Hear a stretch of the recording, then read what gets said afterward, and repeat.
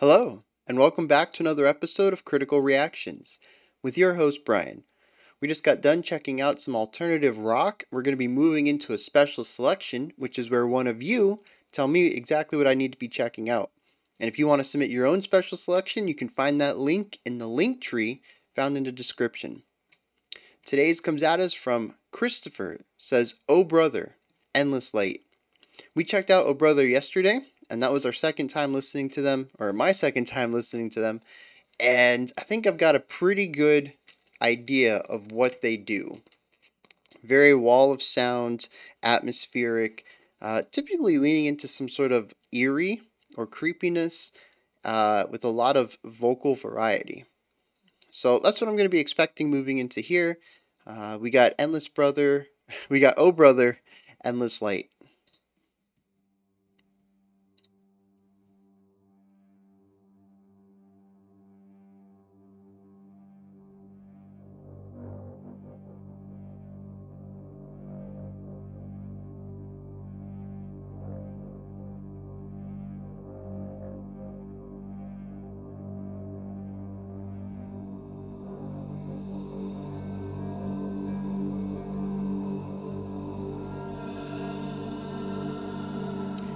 Okay, we got a little bit of a different angle here.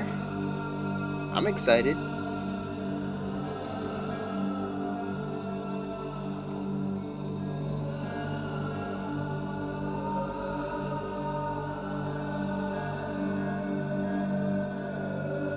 Yeah, beautifully haunting already.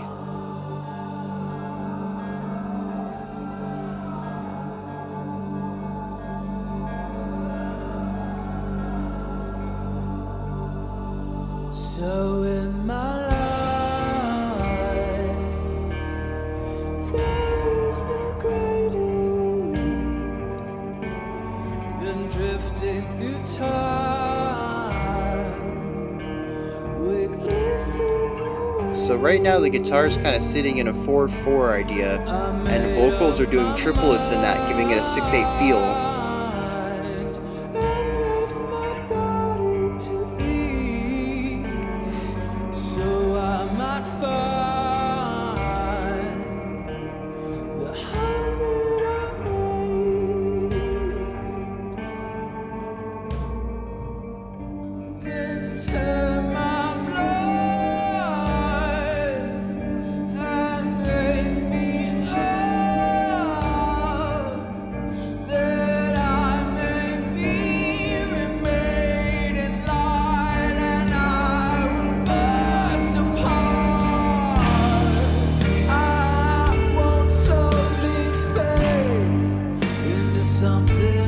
Yeah, interesting. A very slight tempo shift. Maybe 10 BPM max.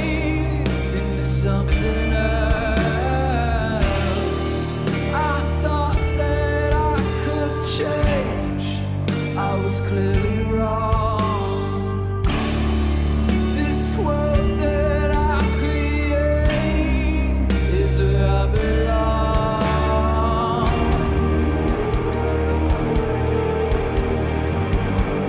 Yeah, and this is a very clear 4/4. We've ditched the triplet concept that we were utilizing last time in the melody.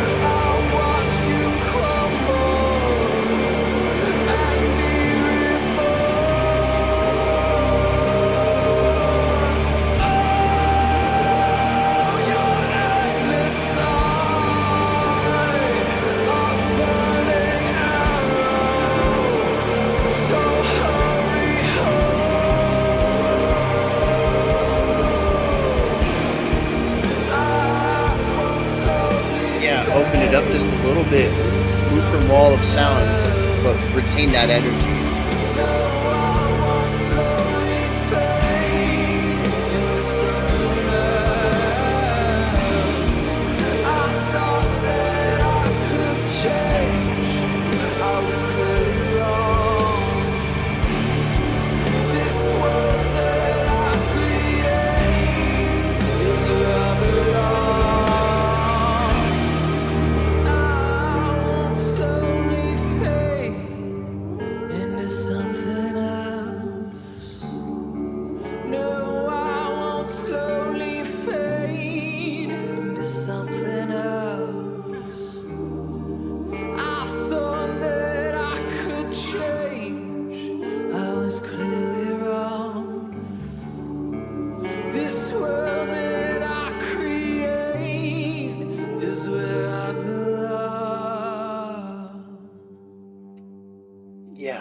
Yeah.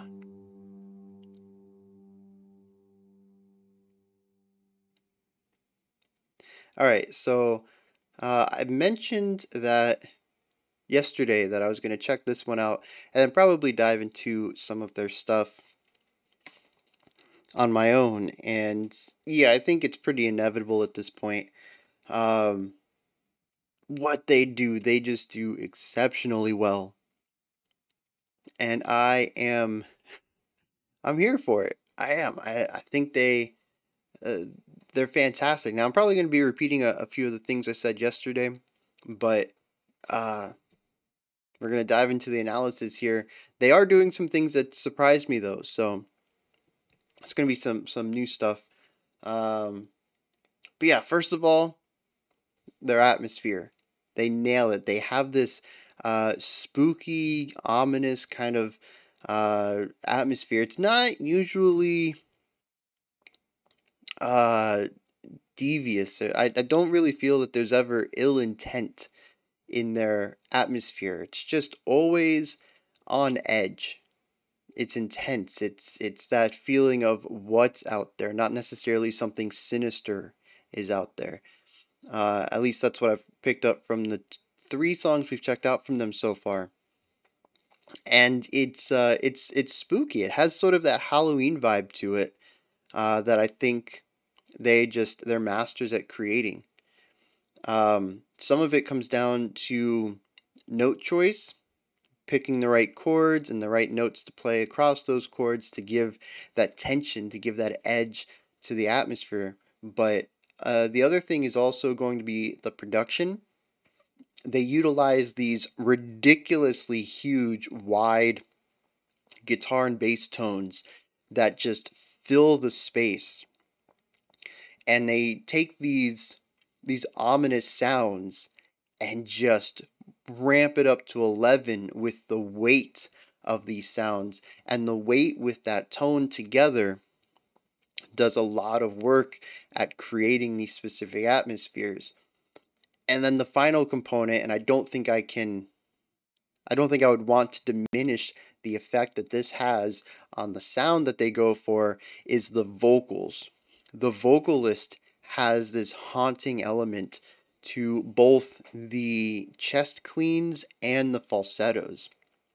And I think some of it's going to come down to uh, the emotive aspects, how they are creating these sounds. This one has a lot of I don't know if this was there yesterday. I'd have to go back and listen to that one again. But this one has a lot of slides throughout it. And I mentioned, I think it was yesterday. I think it was the Oh Brother one. Hmm. I don't remember now. Um. Oh, I think I'm thinking of something else. No. Anyways, the vocal delivery here is one that kind of separates the singing even further from spoken rhythmic cadence with these slides. Humans usually don't slur between syllables. And to implement those slides from one note, just to slide into another note, it sounds to me at least less ominous when it is a single syllable moved into another, and so you're holding out a note but when you utilize two different syllables and you slide between them, you kind of slur the syllables together alongside this the pitch slide. To me, that's not something I typically hear in a lot of spoken or sung styles, and it adds just that little bit of uncertainty to the performance. And yeah, between that and then that really quick falsetto vibrato, it's just there's something haunting about the vocal performance that just ramps up the already haunting and ominous music. and it is just a match made in heaven. The way that this band and the singer have come together to mash these two sounds, and come up with, at least as far as I know, the O Brothers signature sound. It works so perfectly. Now, what's interesting here is that there are some elements that were not present in yesterday's. What did we check out yesterday? Bloodlines. That one focused a lot more on atmosphere and weight, and while this one certainly had those, there was more elements of melody. There was a lead guitar that carried a melody line through almost every section. And then we also had an extended intro that focused on melodic elements as well. It actually took a while for that heavy, weighty atmosphere to jump in. So this was a little different of an experience there. But I really enjoyed it. I think this is what I want out of Oh Brother when I dig into their album. This is going to be what I'm listening for. This is going to be what I'm listening forward to. I should say that. I love their atmosphere.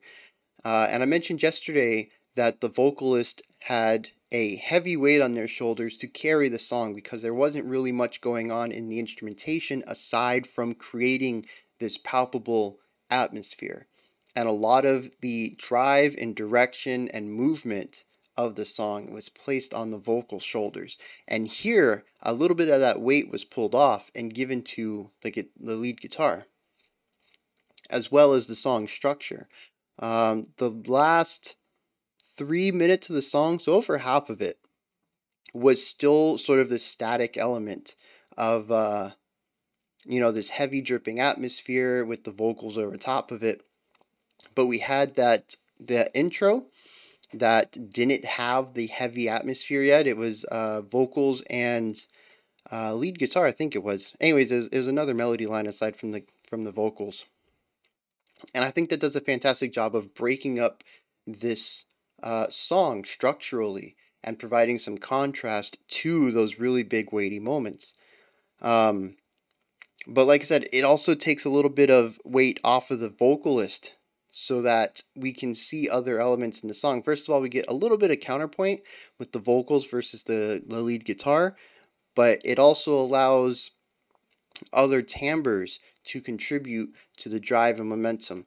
And of course, I'm just a fan of multiple melodies to begin with, even if the guitar melody is just a repeated riff. It's something. It adds a little bit of variation, especially compared to, like I said, yesterday's Bloodlines, which the only melody aside from a single tremolo pick section near the end, I think that was it, was all handled with the vocalist. Dang, there was something else I wanted to say about this too. And, oh, yeah. The other bit of variation here that I really enjoyed, that we didn't see yesterday, was a little bit of metric modulation. The first section with lyrics to them, not the vocals, because I think we did have vocalization in the intro, if I remember correctly, but when we actually had the lyrics come in, the lyrics were actually in a 6/8 feel. Probably, most likely, it was triplets written in 4/4. The guitar was definitely giving a 4/4 vibe. But I really like that idea of introducing the triplets in here. And I thought what was really cool was when we moved to the next section, there is a very slight beats per minute tempo change. 5, 10 BPM, maybe tops. It was not subtle enough that I felt it, but subtle enough that I think most people might not. And first of all, what it does is provide a little bit of extra drive and electricity to the next section. It gives it more of an oomph and makes it feel more energetic than what came prior.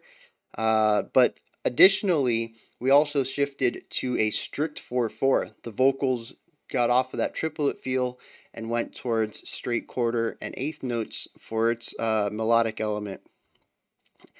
And so what we got was less notes per bar in the vocal melody, but more notes per second, more beats per second overall.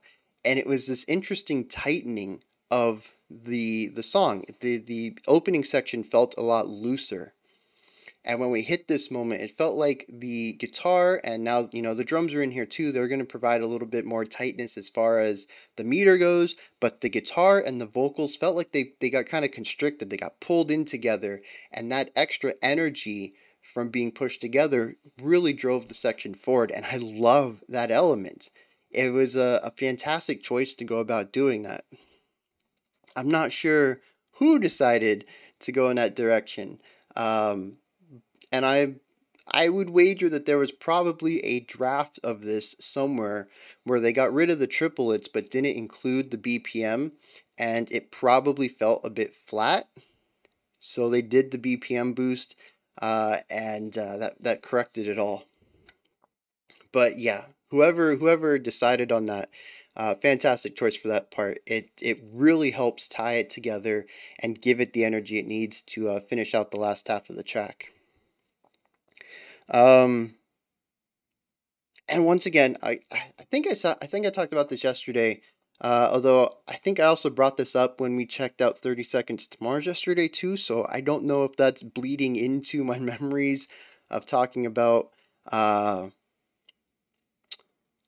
Brother, but the hi-hat does a fantastic job here of bringing a bit of brightness to the heavier kind of background elements. The vocal, the lead guitar, they're a bit more forward. They're getting a bit more spotlight than the rest of the band. It feels like the heavy atmospheric stuff sits in the background to that.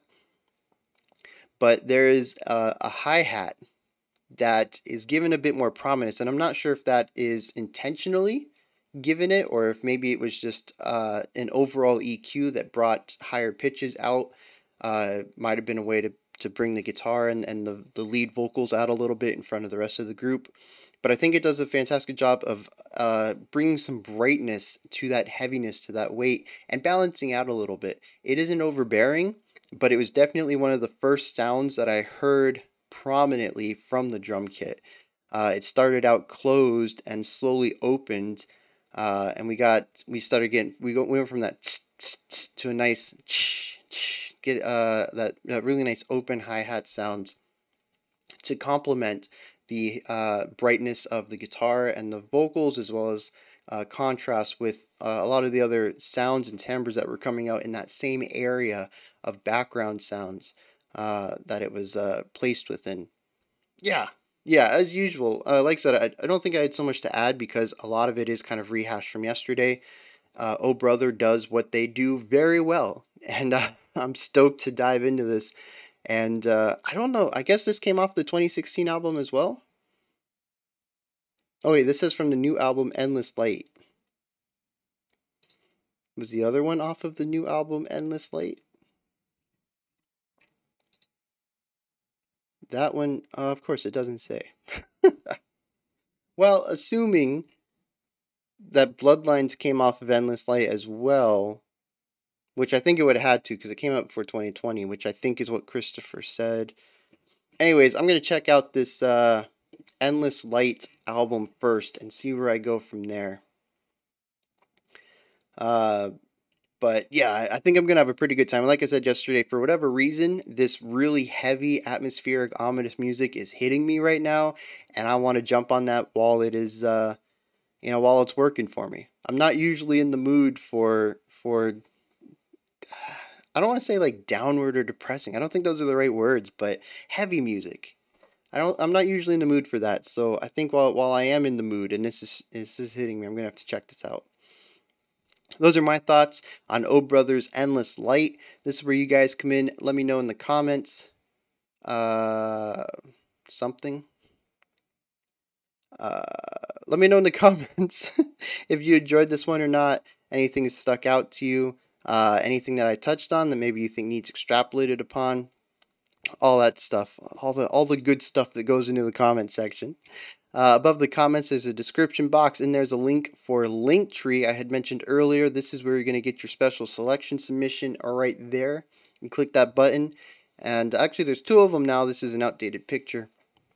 One for PayPal and one for Coffee, whichever one you prefer. And yeah, we'll get those special selections in. There is a 4-week wait list, I think. It's really not that bad. It used to be like 8 months.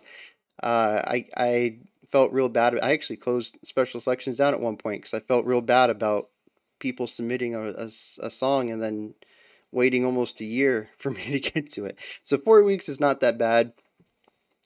But yeah, there's a 4-week wait. When you put it in, about 4 to 5 weeks later is when you're going to actually see the reaction to it. There's other stuff in there too. Just look at all of it. You can buy some merch in there. You can follow me on Twitter. You can join the Discord. You can support me on Patreon. Email me. Check out what I've been listening to. All sorts of stuff. And of course, above that, if you could, like, subscribe, and ring the bell. I greatly appreciate all 3 of those. We got one more video coming up in less than 10 minutes here. It's going to be our special selection for the day. Otherwise, I'll be back tomorrow at 5 p.m. Eastern Standard Time, 10 p.m. UTC as usual. We'll be looking at our final alternative rock track as well as a creator request where a band asks me to check out their music. And yeah, we go ahead and do that. Alright, until next time, remember to be critical but not cynical of the music you listen to, and have a fantastic morning, afternoon, or evening whenever you choose to watch my videos.